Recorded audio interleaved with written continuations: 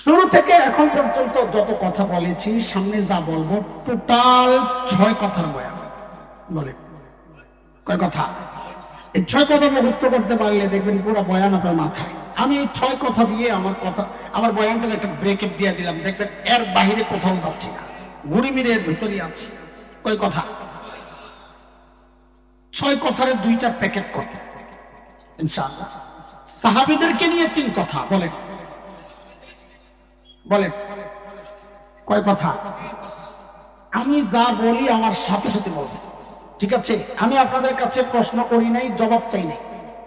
আচ্ছা, আগে একটু বুঝাই নেই। বাচ্চাদেরকে যখন পড়ায় বলে বাচ্চারা, উস্তাদ বলো আলিফ, বাচ্চা কি বলে? বলো বলে নাকি? বাচ্চা বলো বলে। এই জন্য তাই এই প্রসঙ্গটা আনছি যে আমি যাই বলি তাই বলবেন না, যেটা পড়ার অংশ ওইটা বলবেন। তো বলেন সাহাবীদের ব্যাপারে কয় কথা? আমার সাথে বলে ওরা ছিল কি? সবাই বলেন নাই মানে বুঝেন নাই, আবার বলেন ওরা ছিল কি? ওরা মানে কারা? সাহাবায়ে কেরাম। সাহাবী কারা? নবী আলাইহিস সালামের ইমানদার সঙ্গীগণ। সোজা তর্জমা করলাম। বলেন ওরা ছিল কি? অবাক হওয়ার মতো একটা ভাব নিয়ে বলেন হইল কি? আবার আবার আবার ওরা ছিল কি? হইল কি? মাঝখানে ঢুকলো। এটা বুঝলাম তো, বলতে মজা লাগবে। ছিল কি? ছিল মানব ইতিহাসের সবচেয়ে খারাপ মানুষ।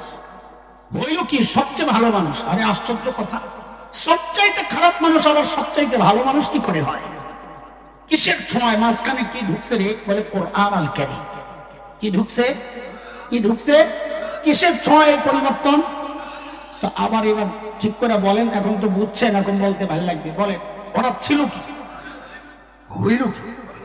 মাঝখানে ঢুকল কি? এই 3 কথার এক প্যাকেট বানাইয়া ডান পকেটে রাখেন। গিট্টুটা হালকা করে দিয়ে একটু পরে আবার করতে হবে। আমাদের মতো যারা জালিম জাহেল, আমার মতো, আমাদের বলতে আমার মতো, ওদেরকে নিয়ে 3 কথা। কি 3 কথা? খেয়াল করে। সাহাবায়ে কেরাম যাই পাপাচার ছাড়লেন, আমরা এই সমাজের মানুষ সেই পাপাচারে শুধু জড়াই নাই, আর বহু মাত্রায়, বেশি মাত্রায় জড়াইছে। ঠিক কিনা কথা? সাহাবায়ে কেরাম যে কোরআন ধরে সর্বশ্রেষ্ঠ মানুষ হয়ে গেলেন, আমরা পোড়া কপাল সেই কোরআনকে ছাড়লাম। ঠিক বলেন, এটা আমাদের জন্য দুর্ভাগ্যের কথা না সৌভাগ্যের কথা? দুর্ভাগ্যের। তাইলে এবার বলেন আমার সাথে মিলায়া মিলায়া, ধরলাম কি? আফসোসের সুরে বলবেন ছাড়লাম কি? আবার বলেন ধরলাম কি? ছাড়লাম কি? এই মুনাজাতের মতো এমন হাত ওঠা, এমন হাত ওঠা, কপালে একটা জোরে বাড়ি মারেন আর বলেন আরে করলাম কি? আহারেটা আরেকটু কলিজার ভিতর থেকে বের হইতে হবে, মানে কষ্টটা কোন লেভেলের, আহারের উচ্চারণ কিন্তু সেটা প্রকাশ করবে। ঠিক আছে? আবার বলে ধরলাম কি? ছাড়লাম কি? আফসোসের সুর থাকতে হবে, নাহলে হবে না। বলেন ধরলাম কি? ছাড়লাম, আরে করলাম কি? এইবার একটু হয়েছে। উচ্চারণ ঠিক করতে হলে লাগাইতে হয়। পোলা পাইন যখন কয় আইন, হুজুর কয় আইন, আইন এটা লাগাই দেয়, এমন আইন উচ্চারণ করে ওস্তাদের চেয়ে সুন্দর। এটা হলো লাগানির প্রভাব। আমি পারতেছি না, কি করুন? এই 3 কথার আরেক প্যাকেট বানায় বাম পকেটে রাখেন। এটা কিছুটা ভালো করে দিয়ে এটা খুলতে দেরি রাখছেন। কয় পুটলো হইল? খিচুড়ি নাই তো আজকে? খিচুড়ি আছে? এই আছে খিচুড়ি? তাহলে পটলাই 2 হলে এবার জেন গা বলতো, ঠিক আছে না? লাগলে আরেকটা দিয়ে মনে এসে ইনশাল্লাহ। আগে 2টা খাইলো। কয় প্যাকেট হয়েছে? 2 প্যাকেটে কয় কথা? ডান পাশে কাদের নিয়ে কয় কথা? বলেন তো ছিল কি? হইল কি? মাঝখানে চলেন সেটা একটু দেখে আসি। এখন আপনাদেরকে দেখাবো যেই বর্বর আরবরা ছিল কি ছিল না আলোচনা হয়েছে। 1 পয়সার জন্য যারা মানুষ করতো, মনে আছে কথা? নিজের সন্তানকে, মেয়েকে জীবন্ত দাফন করতো, মনে আছে কথা? যারা মূর্তি পকেটে করে নিয়ে যেত যেন পূজা মিস না হয়, মনে আছে কথা? সেই মানুষগুলো, সেই বর্বর আরব নববী শিক্ষা, নববী দীক্ষায় আল্লাহর নবী সাল্লাল্লাহু আলাইহি ওয়াসাল্লামের সংস্রবে গিয়ে কোরআনী শিক্ষা পেয়ে নবীর আদর্শে লালিত হয়ে সেই মানুষগুলো হইল কি একটু দেখে আসতে।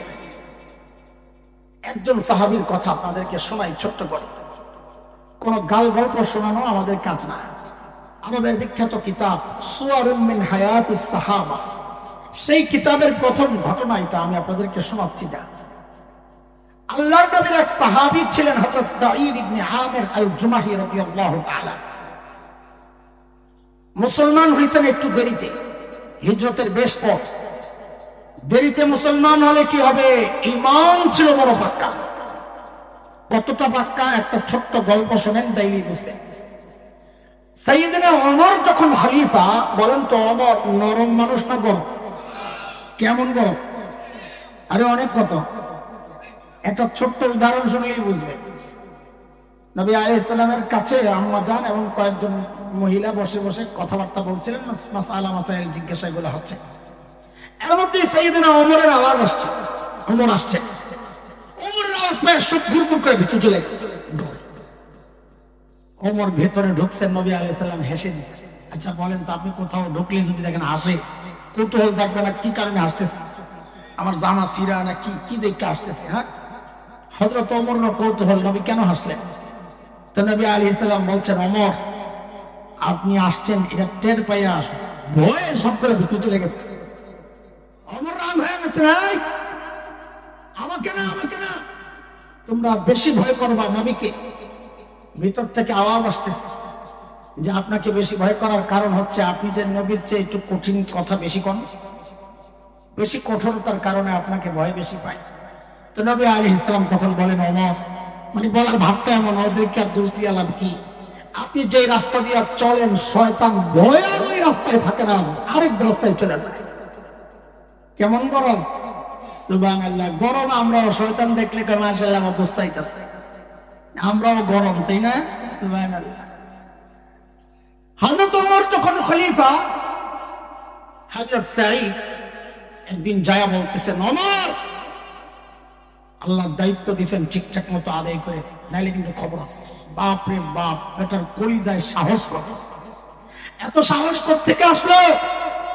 মানুষ নিজে যত সৎ হয় তার সাহসটাও তত উঁচা হয়।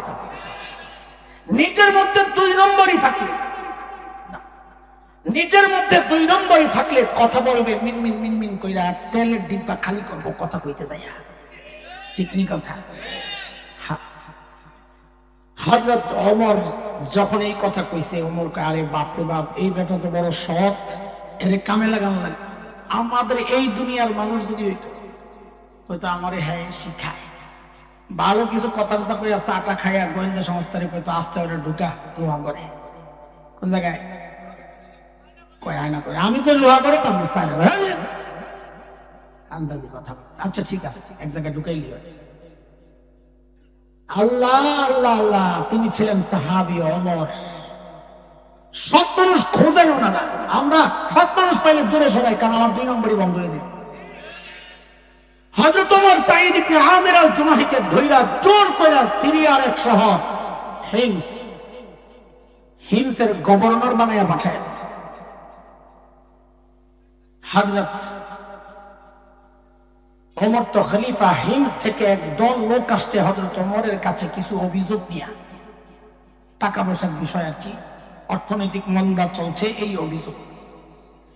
হযরত ওমর বললেন, তোমরা একটা কাজ করো, হিমসের গরিবদের কিছু লিস্ট দাও একটা, আমি বাইতুল মাল রাষ্ট্রীয় কোষাগার থেকে ওদের জন্য কিছু বরাদ্দ দিয়ে। হিমসের লোকেরা সুযোগ পেয়ে লিস্ট একটা করছে লম্বা,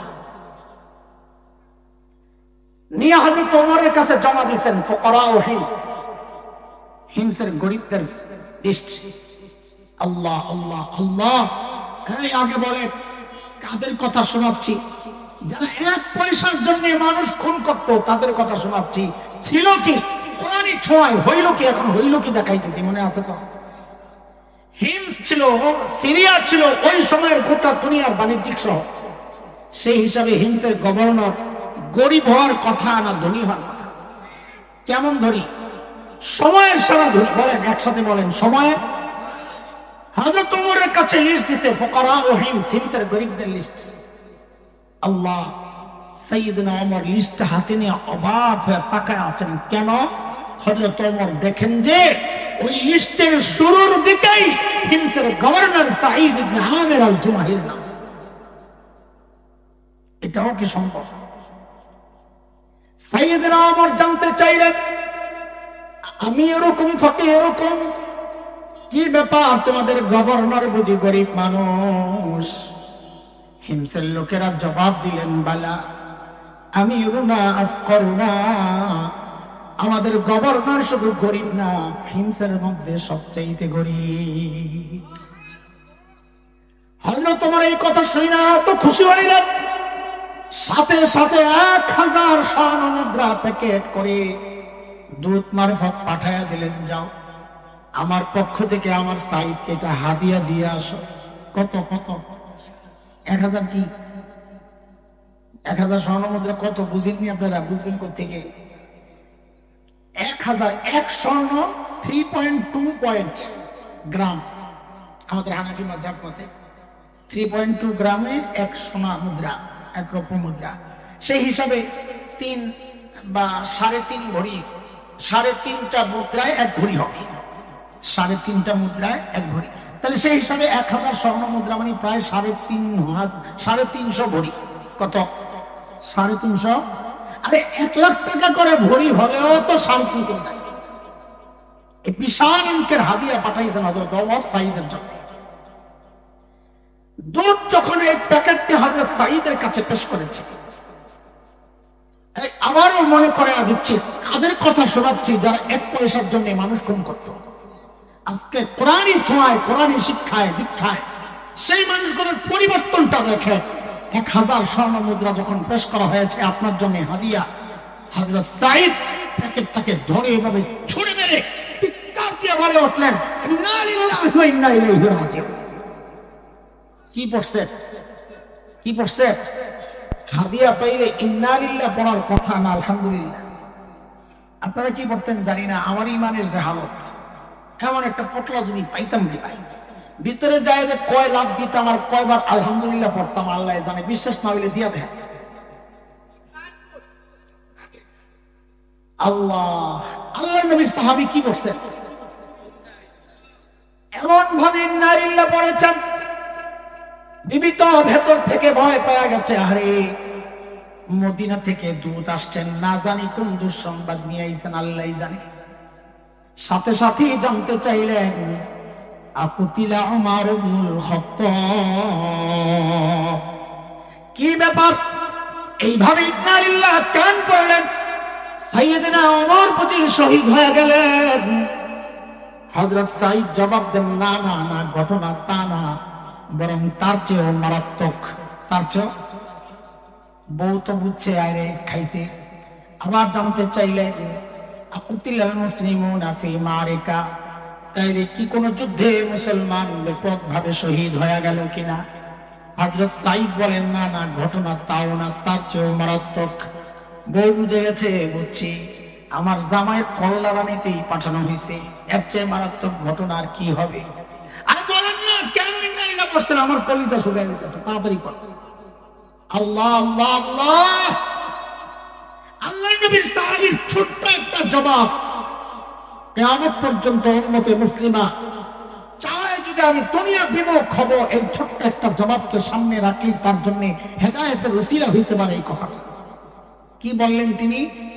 তিনি বলেন, উদখিলাত আলাইয়া দুনিয়া লিতুফসিদা আখিরাতি, আরে আমার ঘরে দুনিয়া ঢুকিয়ে দেওয়া হয়েছে আমার আখিরাতকে বরবাদ করার জন্য।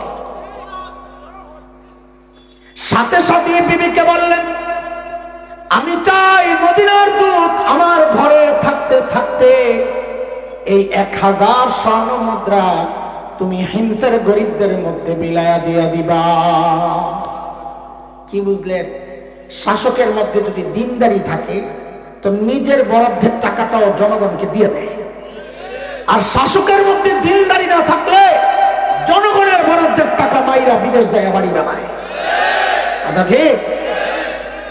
বিবিকে যখন বললেন সব দিয়া দাও, বিবি অত বিবি সাহাবীর বউ, এটা তো আর আমাদের বউ না।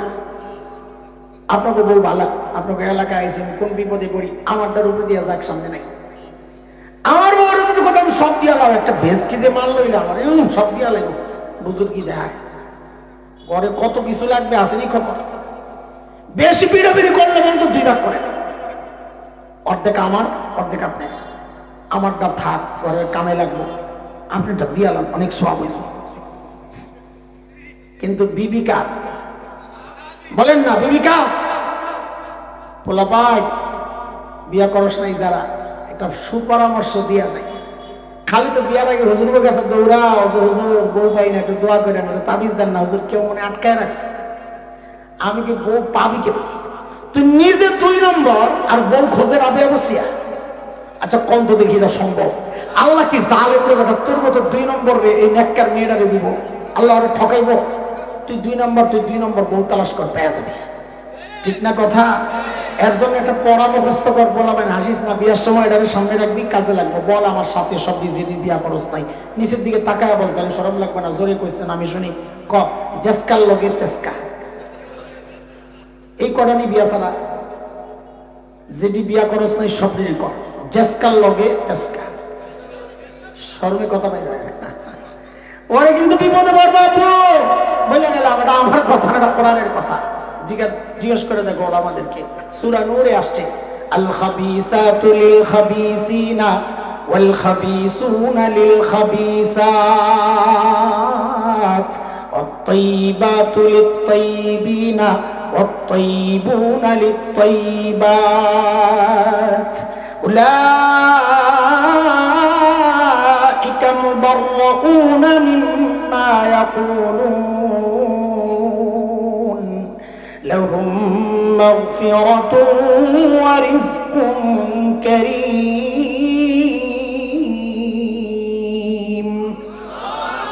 এই পুরো আয়াতের সংক্ষিপ্ত তরজমা করলে এটাই বেরিয়ে বল, জেসকাল লগে তেসকা। ভাই কথা কন না কেন? আপনার একটু মাথার তো লাল না, আপনি বিশ্বাস করছেন? আল্লাহ ডাইনে মানে বহুত বুজুর্গ আছে, আপনার মাথা লাগান না কেন সময় মতো? না লড়াইলে বিশ্বাস করলেন, ঠিক আছে না? মিশা কথা কমনি আপনাকে লাগে, দায় দায়িত্ব আছে না?